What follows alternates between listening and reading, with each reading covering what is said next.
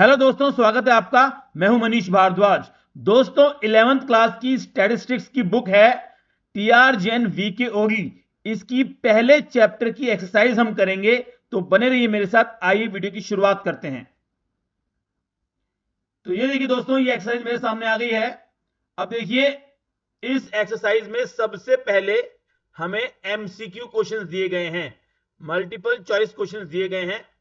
और पहला क्वेश्चन इसका जो है वो ये कह रहा है, विच of the following statement is not an example of statistics. Stats का एग्जाम्पल नहीं है, वो बताना है। ठीक है जी। तो देखिए, इसका जो आंसर होगा वो होगा बी। रमेश की जेब में 100 रुपए हैं। ये स्टैट्स नहीं है, क्योंकि यहां पे कोई कंपैरिजन नहीं किया गया है। अगर आप पहले क्वेश्चन में देखें तो यहां पे कंपेयर किया गया है। अगर आप सी ऑप्शन में देखें तो यहां पे भी आपको दो डेटा दिया है, 60 मैच और लॉस्ट 50।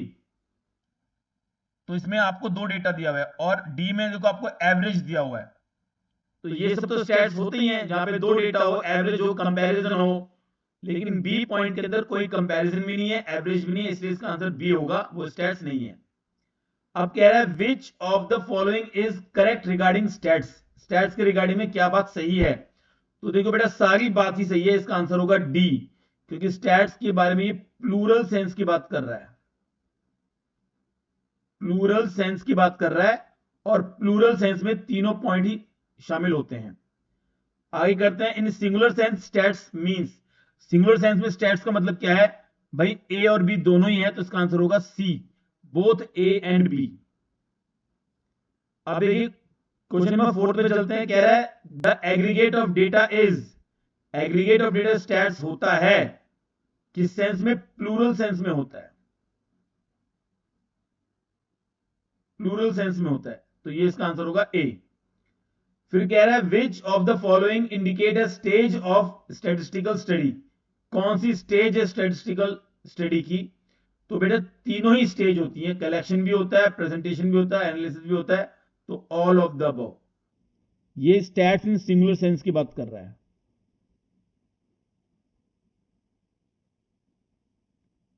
सिंगुलर सेंस की बात कर रहा है। ठीक है जी, चलिए क्वेश्चन 6 पे आते हैं। कह रहा है, in plural sense which of the following is not the characteristics of stats. जो नहीं है वो बताना है बेटा। तो एग्रीगेट ऑफ डेटा होता है, मल्टीप्लिसिटी ऑफ कॉजेज भी होता है, collected in A systematic manner भी होता है। बी नहीं होता, ओनली एक्सप्रेस्ड इन वर्ड, ये नहीं होता, तो इसका आंसर होगा बी। अब 7th क्वेश्चन करते हैं बेटा। कह रहा है, with regards to distrust of statistics which of the following statement is not correct। ये भी not correct की बात कर रहा है, not correct। तो स्टैट्स की बुराइयां की गई है इस वाले क्वेश्चन के अंदर। तो स्टैट्स रेनबो ऑफ लाइज होता है, statistics are tissues of falsehood, ये भी होता है। There are 3 kinds of lies, lies, damn lies and stats, ये भी होता है। ये जो सी पॉइंट है ये नहीं होता, stat express in facts in number. ये आंसर सही होगा हमारा, क्योंकि नॉट करेक्ट बता रहा है। ये कह रहा है नॉट करेक्ट। ठीक है जी, चलिए क्वेश्चन नंबर 8 पे पहुंचते। कह रहा है, विच of the following is an economic activity. तो इकोनॉमिक एक्टिविटी क्या है? तीनों ही होती है बेटा, प्रोडक्शन भी होती है, डिस्ट्रीब्यूशन भी होती है, कंजप्शन भी होती है। तो आंसर होगा डी, ऑल ऑफ दीज। 9 की बात करते हैं, विच of the following statement is incorrect. ये भी इनकरेक्ट बताना है आपको, जो गलत है वो बताना है। तो रिसोर्सेज का अल्टरनेट यूज होते हैं, ऑल नंबर्स आर स्टैटिस्टिक्स, ये नहीं होता बेटा, ये इनकरेक्ट है, तो आंसर होगा बी। सारे नंबर स्टैट्स नहीं होते।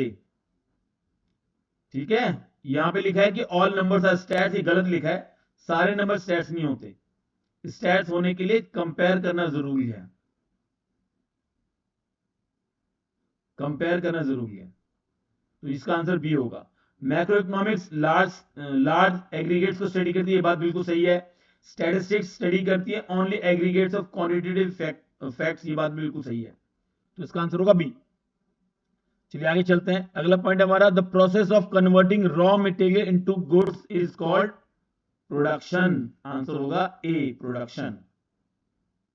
अब कह रहा है, अगला क्वेश्चन कह रहा है, choose appropriate word and fill in the blanks. Fill in the blanks वाला पॉइंट आ गया हमारा। ऑल क्वांटिटेटिव इंफॉर्मेशन इज, जो भी क्वांटिटेटिव इंफॉर्मेशन है वो स्टैट्स नहीं होती, नॉट स्टैट्स, नॉट स्टैटिस्टिक्स। ये बात ध्यान रखना बेटा, सारी क्वांटिटेटिव इंफॉर्मेशन स्टैट नहीं होती, केवल वही होती है जिसमें कंपेयर कर सकते हैं हम। ये बात ध्यान रखना, कंपैरिजन इंपॉर्टेंट है। कंपैरिजन होगा वही स्टैट होगी, कंपैरिजन नहीं होगा तो स्टैट नहीं होगी। कह रहा है डैश, क्वेश्चन 2 कह रहा है dash deals with economic issues at the level of economy as a whole. अब जब होल की बात आ गई है तो एग्रीगेट्स की बात आ गई है। एग्रीगेट्स का मतलब होता है संपूर्ण, तो इसका आंसर हो जाएगा मैक्रो इकोनॉमिक्स, ए, मैक्रो को इसका आंसर हो जाएगा।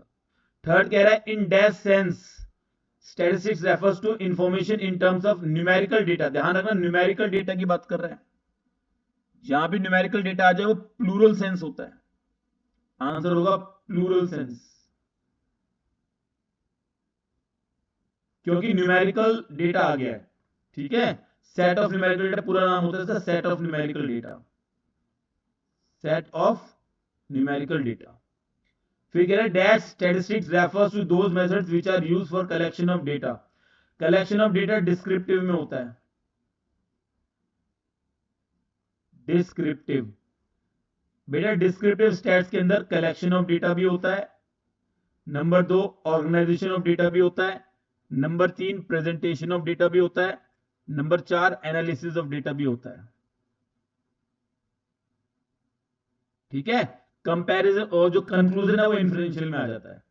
तो collection of data, organisation of data, presentation of data और एनालिसिस ऑफ डेटा, ये डिस्क्रिप्टिव स्टैट्स हो गया। नंबर 5 करें तो a dash is one who produce और sell goods and services for the generation of income. तो जो प्रोड्यूस करता है, जो प्रोड्यूस करता है वो प्रोड्यूसर होता है। जो बहुत ही सिंपल सा था, प्रोड्यूसर। चलिए बेटा आगे चलते हैं। कह रहा है कि आपको ट्रू फॉल्स बताने, बेटा ट्रू है या फॉल्स है, ट्रू फॉल्स बताने हैं। तो data collected without any objective is called number. ये बात तो बिल्कुल सही है भैया, सही है, ये ट्रू है, क्योंकि बिना ऑब्जेक्टिव के, विदाउट ऑब्जेक्टिव के डेटा इकट्ठा हुआ है, वो स्टैट्स नहीं हो सकता, वो सिर्फ एक नंबर है। अगला क्वेश्चन है statistics studies both quantitative and qualitative variable. ये फॉल्स है भाई, ये ऊपर वाला ट्रूथ है, ये फॉल्स है, क्योंकि वो क्वालिटेटिव को स्टडी नहीं करता, सिर्फ क्वांटिटेटिव को करता है, तो फॉल्स आंसर होगा इसका। आगे all numerical information is not stats. ये बात तो सही कह रहा है, सारी न्यूमेरिकल इंफॉर्मेशन स्टैट नहीं होती, केवल वही होती है जिनमें कंपैरिजन हो सकता है, कंपैरिजन हो सकता है जिनमें वही हो सकती है स्टैट।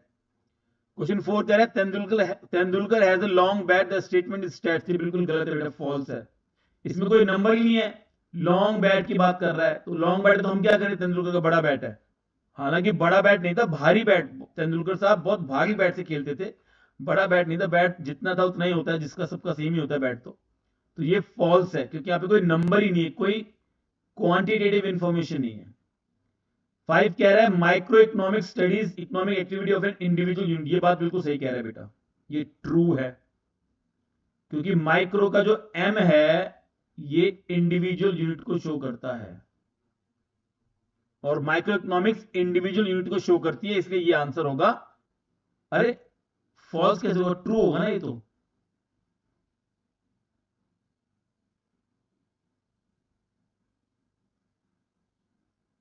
ये ट्रू होगा बेटा, क्योंकि वो करती है। ठीक है, ओके, माइक्रो इंडिविजुअल को स्टडी करती है। आगे inferential statistics refers to those methods by which conclusion, conclusion जहां आ गया और इन्फ्रेंशियल आ गया तो वो आंसर सही होगा, यानी कि ट्रू है ये भी हमारा क्या है, ट्रू है। इन्फ्रेंशियल स्टैटिस्टिक्स जो है वो कंक्लूजन निकालती है बेटा, इन्फ्रेंशियल क्या निकालती है, कंक्लूजन निकालती है, तो ये हमारा हो गया है।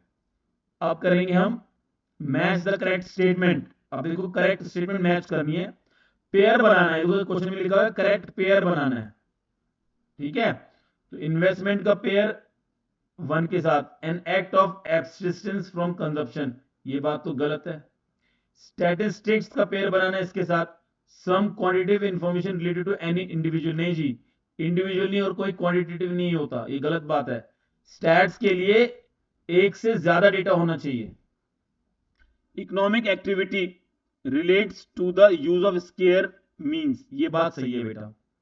और macro economics deals with the issue of micro, नहीं ये माइक्रो यहां लिखा है, मैक्रो यहां लिखा, तो ये तो हो ही नहीं सकता, तो आंसर होगा सी, सी का थर्ड, ये ऑप्शन आपका सही है।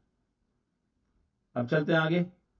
क्वेश्चन 2 देखो क्या कह रहा है, कह रहा है सीक्वेंस, करेक्ट सीक्वेंस बताना है आपको, ठीक है, मैच करना है, match them with the respective column 1, match करना है।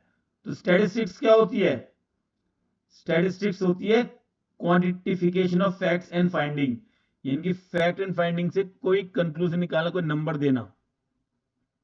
4 प्रोडक्शन क्या होता है, प्रोडक्शन होता है रॉ मटेरियल से फिनिश गुड्स बनाना, रॉ मटेरियल से फिनिश गुड्स बनाना। ऑर्गेनाइजेशन ऑफ डेटा क्या होता है, डेटा को ऑर्गेनाइज करना, यानी कि कॉलम वगैरह बनाना, रे और कॉलम वगैरह बनाना। और स्टैटिस्टिकल टूल होते हैं, ये वो होती हैं टेक्निक्स जो कलेक्शन करती हैं ऑर्गेनाइजेशन प्रेजेंटेशन ऑफ डेटा, ये स्टैटिस्टिकल टूल होते हैं बेटा, ठीक है। तो इसका आंसर क्या होगा बेटा, इसका आंसर होगा ए का 4 है। तो देखो ए का 4 कहां दिया, ए का 4 यहां दिया हुआ है, ए का 4 यहां दिया हुआ है, दो में दिया हुआ है। प्रोडक्शन का थर्ड है, तो बी का थर्ड, बी का थर्ड यहां नहीं दिया, यहां दिया है, तो इसका आंसर होगा ए, क्योंकि दो हमारी मैच हो गए हैं, ठीक है। तीसरा और चौथा मैच करने की जरूरत नहीं है, क्योंकि वो मैच होंगे ही होंगे।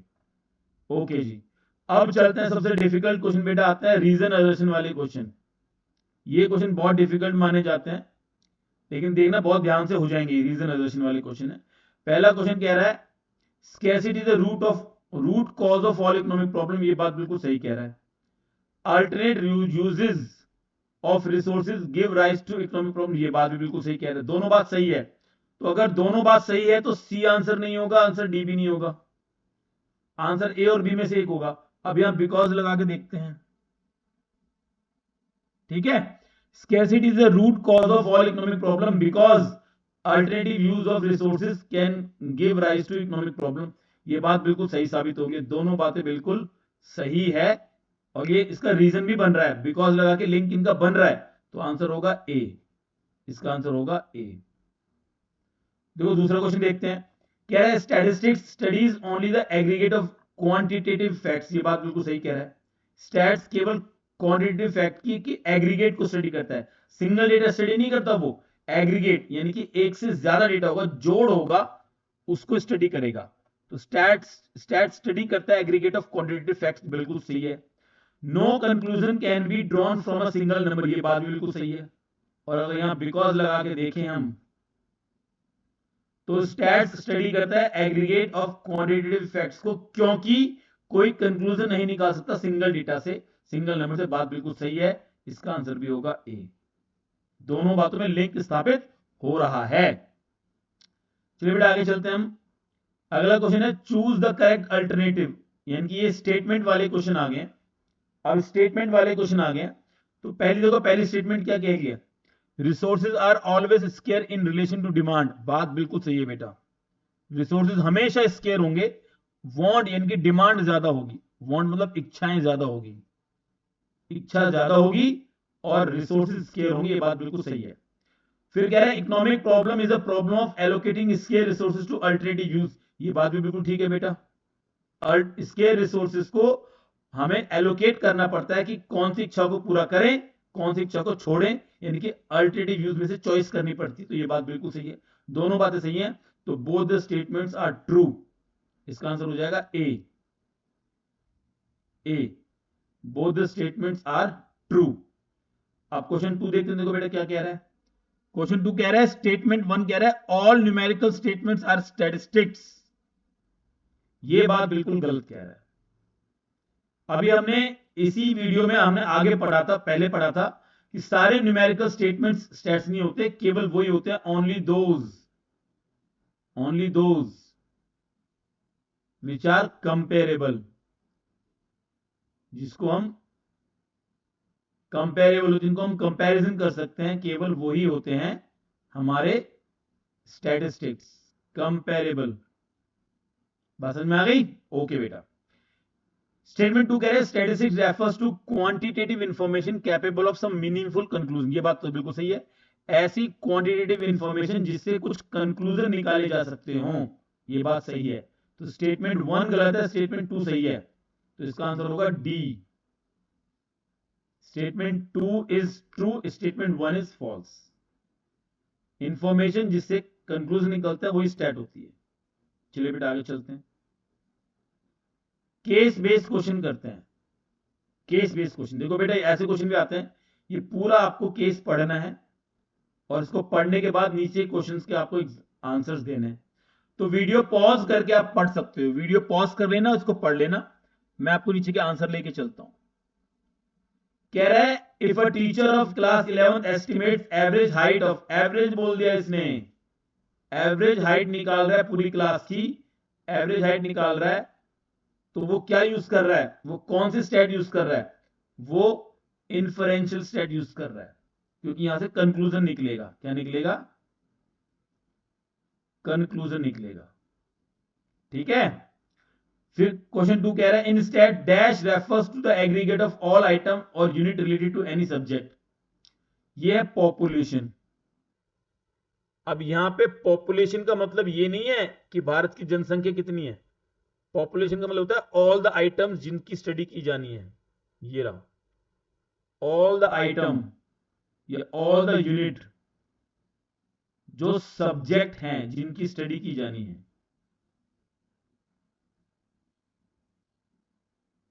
जिनकी स्टडी की जानी है। ठीक है जी, वो पॉपुलेशन होता है। अब क्वेश्चन नंबर 3 करते हैं बेटे, तो क्या कह रहा है, क्वेश्चन 3 कह रहा है dash statistics refers to those methods which are use for analysis of data.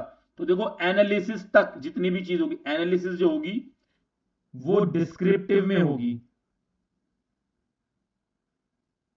Descriptive stats के अंदर होगी, क्योंकि मैंने बताया डिस्क्रिप्टिव के अंदर 4 आते हैं, 1 2 3 और 4।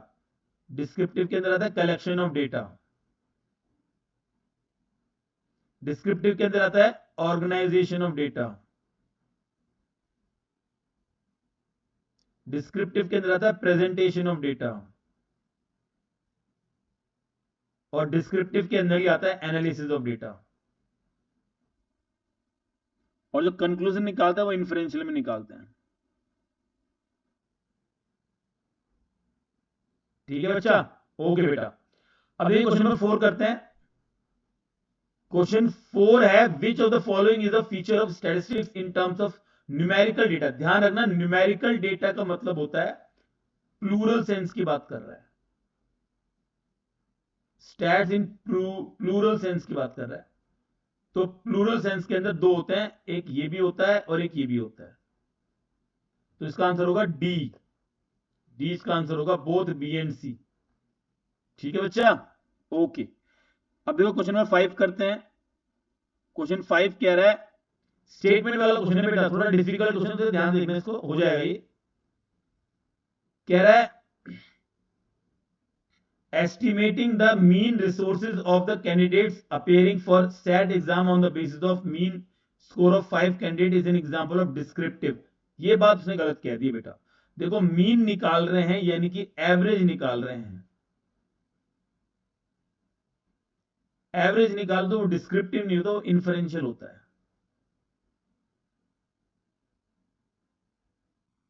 इन्फ्रेंशियल होगा तो स्टेटमेंट 1 तो आपकी गलत साबित हो गई है। स्टेटमेंट 2 देखते हैं, descriptive statistics help in understanding the features of specific data by giving short summarise about sample and measures of data. यानी कि डिस्क्रिप्टिव के अंदर वही बात कह रहा है कि कलेक्शन आ जाएगा, ऑर्गेनाइजेशन आ जाएगा, प्रेजेंटेशन आ जाएगा और एनालिसिस आ जाएगा। ठीक है, तो ये स्टेटमेंट सही है, तो इसका आंसर होगा, क्या आंसर होगा बताओ। स्टेटमेंट 1 गलत है, तो 1 गलत किसमें लिखी है, स्टेटमेंट 1 इज फॉल्स, डी में लिखी है, तो डी आंसर होगा इसका। Statement 2 is true, statement 1 is false, answer होगा डी। ओके बच्चों, ओके बेटा आगे चलते, देखो जरा क्या बचता है हमारा। ये देखिए, ये आ गया डेटाबेस क्वेश्चन आ गया हमारा। अब इसमें आपको पिक्चर दी हुई है और आपको बताना है कि पहले कलेक्शन होता है, उसके बाद ऑर्गेनाइजेशन होता है, उसके बाद प्रेजेंटेशन होता है, उसके बाद क्या होता है, उसके बाद होता है analysis of data. Analysis of data, data को एनालाइज किया जाता है, तो आंसर होगा इसका B, analysis of data. Analysis of data. आप जानते हैं ना, ये 3 स्टेज होती है, कॉप, अश्विनी, अय्यर, मैंने कराया था आपको वीडियो में, कॉप,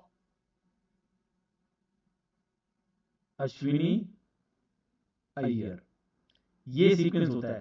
तो पहले में कॉप से सी बनता है, collection of data, collection of data. Number 2 में ओ से बनता है ऑर्गेनाइजेशन ऑफ डेटा।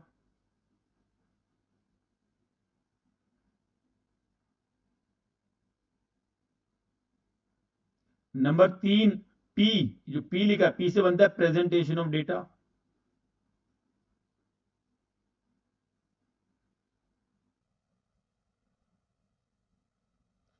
चार नंबर पे आता है ए, एनालिसिस ऑफ डेटा।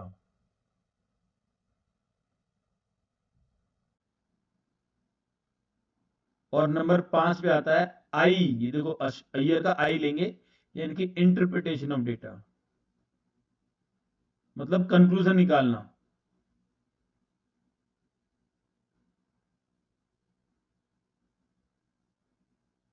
ठीक है जी, तो ये हो गया हमारा एंट्री, ये 5 पॉइंट हो गए बेटा, तो एनालिसिस आ जाएगा इसके अंदर। चलिए बेटा आगे चलते हैं हम लोग। अब वो ये कह रहा है, क्वेश्चन 2 ये कह रहा है आपसे कि ए, बी, सी और डी में से बताओ क्या स्टैट्स है will come under the domain, दो लिखे ना, identify which of the following will come, identify which of the following will come under the domain of stats, stats के डोमेन में क्या आएगा, स्टैट्स के डोमेन में क्या आएगा, तो स्टैट्स के डोमेन में बेटा डी आएगा, क्योंकि यहां पे एवरेज की बात की गई है। ठीक है, एवरेज जो होता है वो स्टैट्स होती है। बाकी यहां पे सिंगल डेटा है, ये भी सिंगल डेटा है, ये भी एक सिंगल डेटा है, ये भी एक सिंगल डेटा है, और जो सिंगल डेटा होते हैं वो स्टैट्स नहीं होते बेटा। ठीक है, तो इसका आंसर हो जाएगा डी, इसका आंसर हो जाएगा डी, ये इसका आंसर है डी। ठीक है बेटा, यहां पे प्यारे बच्चों, यहां पे हमारी वीडियो समाप्त होती है। अगर आपको ये वीडियो पसंद आई है और आप ऐसी और वीडियो देखना चाहते हैं तो हमारे चैनल को आप सब्सक्राइब कर लीजिए, वीडियो पसंद है तो उसको लाइक कर दीजिए, और अगर आपके किसी दोस्त को या रिश्तेदार को ये वीडियो काम आ सकती है तो भैया उसे शेयर कर दीजिए। किसी और वीडियो में आपसे फिर मुलाकात होगी, तब तक के लिए थैंक यू सो मच, नमस्ते।